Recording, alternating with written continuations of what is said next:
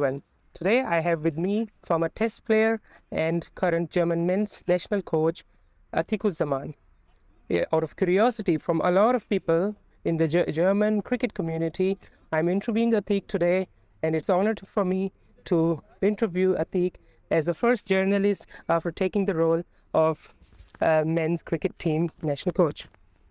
So Atiq, I would like to start with your player career, which you started in Karachi in Pakistan.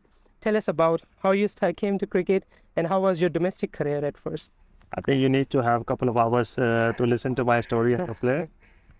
Long story short, I was exactly the same person, traditional person who started cricket playing on the street in Pakistan and work my way through into the national side. It was a very long process, very hard journey, and I don't think I can explain it because there are a lot of memories around there, a lot of hurdles, a lot of lack of support, a lot of lack of financial support was there.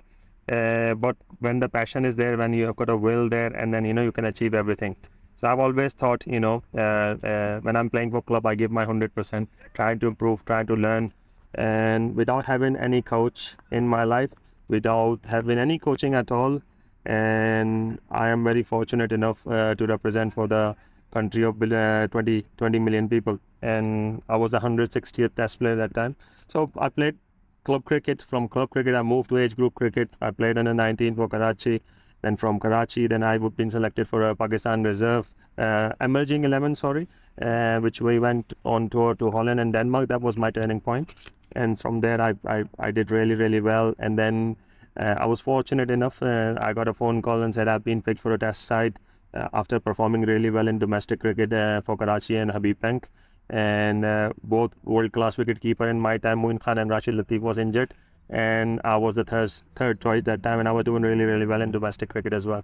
So I got a phone call and I'm playing. So I didn't realize, I didn't dream for it. It's gonna be that quick, but I know that I was good enough to play for the country, and I had my shot, and I did really well against Sri Lanka. But unfortunately, that was my last test match as well, because Moin Khan had a career after that for 1 or 2 years. Then Rashid Latif come back and played. So I was like always a second choice, but never become a first choice. So I've been on tours, I've been going on 8 teams, play a lot of games, broke national record in domestic cricket in Pakistan. I was the highest victim taker in one season domestic cricket. It was 82 behind the stump. That record is still stand, and I was world number 3 in terms of the victims in one season. So I did my bit. Then I went for Pakistan A team in UAE, performed well, didn't get much chances. So I got a little bit disappointed, but I thought I have to think something else about after the cricket. If I can't make Pakistan team, what I'm going to do? I can't carry on playing domestic cricket all the time. As you know, I was a wicket keeper, and wicket keeper needed a lot of physicality and a lot of effort. And then I was starting to have some sort of back injuries in my peak time. So then I've decided, I think I'll go and play league cricket in UK. So once I was playing league cricket, I met my wife and I got married in the same year. And then I had choice to make, and I decided to live in England permanently. So I went through a couple of county trials. I thought I will play county cricket one day as a local player. I had some trials from Northampton and Sussex. I scored 50 in each inning, but then when I got my nationality, I was 31. So my age came into it. I could not play county cricket, and that's how I decided I need to go somewhere where I can continue my passion as in cricket and do something else rather than playing there. So I went through the coaching bit of it. Did you also start coaching in Pakistan already, or was it your career of coaching that started in UK first? I think I was always a coach because coaching is something you naturally have it. I had leadership skills. I was a captain of most of the time. I captained my domestic first class team. I was a captain of my club. So in my time when I was playing, I've already made one wicket keeper whose name is Ahmed Zishan Malik, and I saw him keeping on the tennis ball in the street. So I thought he's such a nice hand and he's got such a good movement. So I started to groom him while I was playing there. So he played first class cricket before me. And he played Pakistan under 19 before me. So I was very proud of it. Then as an unofficial coach, I will still identify and develop the talent there. So I thought the coaching is something I can do in future. Because I've always helped my youngsters when I was playing as a senior player. When the youngster used to come in, I always used to help them, give them advice, doing some coaching tips. Wicket keepers always used to come to me and ask me for the tips and stuff like that. So I used to train a lot of wicket keepers in that time in Pakistan, but I wasn't an officially coach. I was a player. But when I start learning coaching in UK, that's how I started to become a coach. I just started to improve my skill, and I've done my level 1 and level 2, and then I'll it's a long journey of coaching as well. I'll let you speak first before I start answering all your questions. Yeah, exactly. It will be really interesting to know about your career with different county teams as coach, and leading up to a really leading role of a scout for the English Cricket Board. So It's a very good story. When I started coaching in England, because when you used to come as an overseas pro, club expect you to come and do junior coaching sessions, on a Friday night or Tuesday night. And I had nothing to do because I was a professional cricket player and we played once in a week. So I had whole week free. So I used to go and chip in and do coaching. I thought I was the world best coach that time. I had no qualification whatsoever. Once I start learning about coaching, I'd done my level 1 and level 2. It was all about me. It wasn't about players. I wanted players to do this. I wanted players to do that. Then when I went to the level 3 coaching course, I realized how bad coach I was. And I thought I need to do something. This is not coaching. This is real coaching. You know, uh, Coaching is not about me. Coaching is about players. How I deal with the different kind of personalities. So I started learning coaching. I thought, being an international player helps, but that does not give you guarantee you're going to be a top coach. So in order to be a top coach, I start researching all the top coaches in football. I used to admire Sir Alex Ferguson and Arsene Wenger, and I used to see what they used to do. I used to research what they do, and I adopted their positive stuff, what I really liked. So I started to learn communication. I've done a little bit course about leadership in education, and then when I completed my level 3, after that I realized I need to do a little bit more. I need to have a little bit more understanding. So I went there, and I had a 16-year gap in my education. So I went to the University of Central Lancashire and got a sports science degree, a sports and exercise science. And after a sports science degree, I went to do a master in sports coaching. So I've done my master's in sports coaching. Then I started to become a better coach. So after that, I was doing some bits of coaching because I've done a lot of coaching. I was high qualified coach. Lancashire gave me opportunity to become a coach for their under 13 side. So I took it, and then I become under 11, under 12, under 13 on regular basis with Lancashire. And then after completing my masters, because I was a player of Swiss Southern Gas Company in 2006, I spoke to them and said I really wanted to make a difference in coaching, and Swiss Southern Gas Company was playing grade 2 cricket in Pakistan, one below first class level. So they need to win that tournament to qualify for first class. They've been trying for last 4 years. They didn't do it. So they thought they will give me a chance to be a coach. So I went there and said, look, I just want to work experience. Can you give me some coaching opportunity and see if I can take you to the first class level? So in my first year, we won the tournament, and then we gone to the first class team. And you must know, and then we developed Swigas to one of the top class, first class team in Pakistan. Babar Azam come out from our team. Mohammad Amir, when he come back, I was the first one who employed him. Shoaib Malik played for us, Sami Aslam, Fawad Alam, Ahmed Jamal. They're our top class players, Sohail Khan. They all played for us, and Zafar Gohar, Osama Mir now playing for Pakistan. He was there. So I've learned my coaching in England and UK. So England, I was doing all of the junior coaching, and then I was doing my senior coaching in Pakistan. All of a sudden, I got a phone call from Aqib Javed, and he wanted to have some best coaches in Pakistan in the Lahore calendar. So he offered me a job to become a fielding and wicket-keeping coach for Lahore calendar for PSL 2018. I took that role. I had experience with them. And then I become a head coach of Punjab as well. So Punjab, that was my turning point, because we played really good cricket in that tournament. And tactically, I've learned a lot. Again, Shoaib Malik was my captain, and we were blessed with Asad Shafiq, Mohammad Rizwan, and Hassan Adil, all top class players were playing for my team. Shan Masood was there also.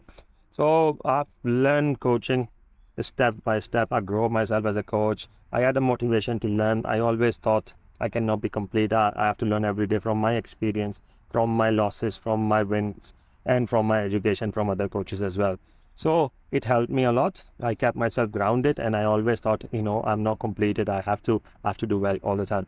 So when I completed my Lahore Kalina thing, Lancashire offered me under 19 head coach role, which was very big for me because under 19 was a one before academy, and I was working my way through Lancashire top level. So Lancashire in that tenure, I played as a coach 2 years. We won the championship 2 years in a row after plenty of years time. And then they offered me a women's team head coach role in the same year. So I accepted that, and I worked with the players like Kate Cross, Sophie Ecclestone, Alex Hartley, who play for England, and I worked with them. So I made my way through really, really well. There was a lot of sacrifice there. Most of the time I used to stay away from the family. My wife understood. My kids was growing up. It was risky, but it was my passion, so I cannot sacrifice my passion over anything else. In 2019, PCB offered me the job to be a lead wicket keeping and fielding coach for National High Performance Center. I accepted that, and I worked with Pakistan national team, Pakistan women's, Pakistan the 19, all the domestic setup. I was really enjoyed that role because that was something I was putting my stamp into it. But unfortunately, in Pakistan, as soon the government changes, everything changes. And when I was working with Wasim Khan, who was a CEO, and I was really enjoying it. And as soon as I left, I felt so insecure, and I thought, all the burden gonna go on ahead, and one day they're gonna come around and tell me, you're not doing this. We moving to there. And I thought before that thing happened, I will make my way out of the PCB by myself and with respect. And I've done that, and I come back Pakistan. Luckily, when you're working hard and you're honest, there are opportunity comes, and ECB have advertised for a scouting role. I applied, and luckily I got that role. And I think one of the biggest point is I was working for Pakistan Cricket Board, one of the top team in the world, and that helped me really, really well. I think I got that job because of the reputation I was making in Pakistan. So I'm a England scout. I'm still working for them, and so let's say things happen for the best, and then all of a sudden Germany approached, and from nowhere, and I was basically applied for the role in Hong Kong. I was shortlisted, and I thought I was going to get the Hong Kong head coach role, but I didn't get it. And then Germany came in there, and they asked me if I'm available, and I said, oh, I will be interested to talk. And the project, their vice president has communicated, and I thought it's a great opportunity for me to go somewhere and put my stamp in there and grow the cricket over there. And then I took that role. So here I am. Yeah, I think everyone here in Germany is really excited to have you as head coach because of your vast experience in different countries, especially in England and Pakistan. So I would like to now ask about your current role as German men's head coach, and how do you see this role for your short-term perspective when German men's cricket team is preparing for European qualifiers later in summer? And how do you see you can contribute? Because in this short time, as you have mentioned, Alex Ferguson, the mindset is not really, I think, on improving the skill set for this short time. I think it will be more or less towards increasing the strength of the mental strength of the players. So tell us, how would you like to contribute in this short time? Look, the short-term goal, obviously, whatever job you go there are short-term goals, there are mid-term goals, and there are long-term goals. Long-term goal is to develop cricket, to get a bigger pool of the player, to provide them a top quality coaching, to improve them skill-wise, not just technically, tactically, mentally, physically. And we're doing a lot of work already through it. Short-term goal is obviously the qualifying round coming in there and a couple of series coming in. So we have to work whatever we've got. I think Germany has got a super talented players, and I already had a camp a couple of weeks ago, and I saw the players. I've seen most of the players playing there. I've been following them. I've been coming in Germany for quite often now, and I think we've got a great bunch of guys. All they need to set up the mentality and culture of winning. In elite role, it's all about winning. If you win, everybody's happy. You don't want to be on the losing side as a player either. So everybody wants to win the game. But how do we win the game? It's always have a process there. Everything you do, even if you walk in, there is a process there. Yeah. So find the right process according to the ability of the players, and players buy into it, and then give them some sort of a specific coaching, and then take it from there. I'm a believer of the process, and I think I met a lot of players there, and a lot of players have already bought my mentality. And we don't really talk about losing the game. We talk about how can we win the game, how can we win the game. And I think once the belief is there, when we start playing games and start winning there, they will see that how good they are. And once they start feeling, their confidence will grow up, and then the winning mentality will come. It will take time, obviously for the short term. People will judge me with the performances, correct performances. That's fine. They can judge me through it, but obviously as a German national men's head coach, I've got the backing of the board, who will give me enough time for to see if I can make a difference here or no. End of the day, I'll try whatever I've got in my thing. I'm very honest. I love my work, and when I'm there, I'm fully committed. As you can see, I'm here on taking elite league trials. This didn't happen before. Head coach never there on a elite league trial, but this year I'm here, and I'm doing my bit what I can, and try to find some talent around the country. We already got talented players. We can and more. We can build a pool up, and give the people hope. Once when they will reach on that level, there is a hope they can participate in national T20 or another tournaments what we play. So yeah, short-term goal is to get ready for the qualifiers and give our best shots. There is a hope there. There is a significant chance we can qualify for the World Cup in 2024. That's our target, and hopefully we'll achieve that target, because we've got a squad to back this up. I've got a skill to give them those type of support, and hopefully, you never know. By the end of July, we will be celebrating to participate for the World Cup. I think that will be the huge thing for German cricket. I think that could be a turning point. As you know, it's not professional cricket. The players don't get paid to play cricket, but still spend a lot of time away from family and give a lot of time to the cricket. And we need to appreciate that. We need to give them, and we need to make them feel like they are sacrificing everything. And so it's okay. You can go and do your best.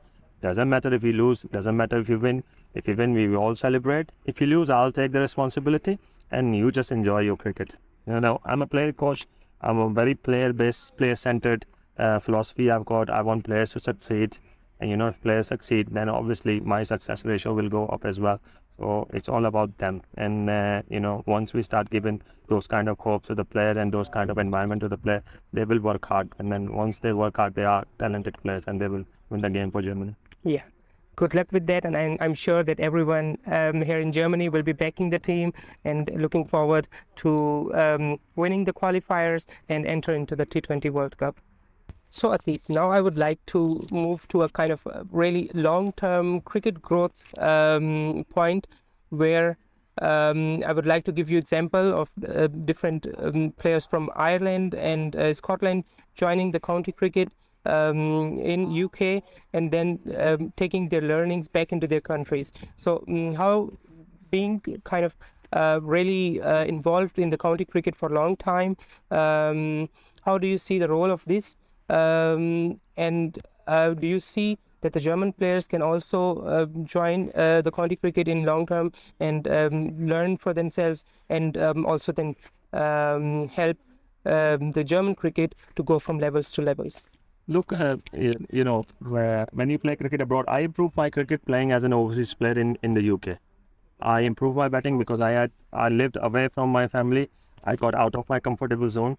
I have to perform week in, week out for them. If I don't perform, they don't win the game. So I had a responsibility to do that. I think German players, there are a couple of good players who are ready to play as an overseas player outside. I can't say about the county yet, because county, you have to play international cricket in a top country.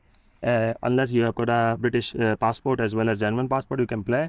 But in a league cricket, I will definitely try to sort some players out who can go and play league cricket and get experience in playing turf whole year. As you can see, we haven't got any turf pitch at the minute in Germany, but moving forward, it is very important. And German cricket board has, they know about it, and they're doing their best, to facilitate those kind of facility in Germany, maybe 1 or 2 or 3 grounds. And once we do that, I think our cricket will definitely improve. cricket is already improved. It took a big stride in Germany. You used to have 60 clubs, now you have 300 plus clubs. A lot of cricket getting played. It's about 500-600 matches going on in a season. You're playing indoor cricket in South winter, playing outdoor cricket in summer. Cricket is getting huge and huge over here. A lot of players are coming, and hidden players are coming and playing and growing themselves to the good players. So I think, yeah, as compared to Ireland and Scotland, they are smaller than Germany. They are very small. They live in very local, and it's easy for them to train together, join one, in one group and train together. We haven't got those kind of facilities at the minute, but we try to find out the alternate solution of it. Because I've only joined it, I need to understand the system. I need to review it. There's no way I'm gonna start putting my things in there without reviewing the system. So my main aim is to review it for the next couple of months and see how the system works and how can we improve, because every organization has got a room for improvement, and then if I can put something towards it and my flavor into it, and they buy into it, and we'll try our best. And as much training Ireland and Scotland players doing it, so we're not doing it at the minute, but in future we will be. And hopefully there are a lot of things involved when there are budgeting, there are in associate country the budget are very limited. Yeah. And I can understand that. Whatever resources I've got, I'm happy with it. I'm not complaining about anything at all. Whatever I've got, I grow up hardly. I used to have one pads, one bat, and one gloves, and I used to play hardball cricket with them. I never used that. Sometimes I never even wear the abdominal box and played with it. So this facilities for me is like, it's like heaven at the minute here. And then once you got to utilize players, you got to make them utilize. Whatever you got is the best things you have. So make it as much as possible. Make of it and then utilize it. And once you work hard and you be grateful for the things you got, your mentality changes. You stay humble, down to earth, and you focus on your game, and you just try to perform. And this is what I want to bring in this country. And it's fantastic. I'm coming there and watching players every weekend, and I've already seen about 50-60 players outside of the national setup. And like few players, I think there are few players there who can challenge other team, other players in our team, in national team, which is good. We want to create a competition, and we want to create a biggest pool of the players, so everybody know that you got to be on your top level to perform. Otherwise, your position is under threat.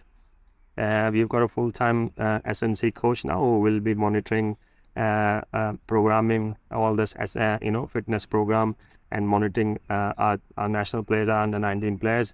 And hopefully the players have started to work hard, and it started to know that there is an accountability for, if you don't complete your training program, there is a consequences there, and then you will do it. You have to be professional. You don't have to get paid to be professional. You have to be professional. You got to have a professional attitude to achieve everything what you've got. Yeah, and you got facilities, use it. If you don't use it, it's end of the day, it's your loss. So I think moving forward, German future is bright, and I'm very excited. And I'm excited to go different places and see more players, and then see what kind of facilities we've got and how can we improve. Yeah, thank you very much, Atiq, for your friendly interview, and I wish you good luck again in this role. Thank you very much. Thank you. Thank you.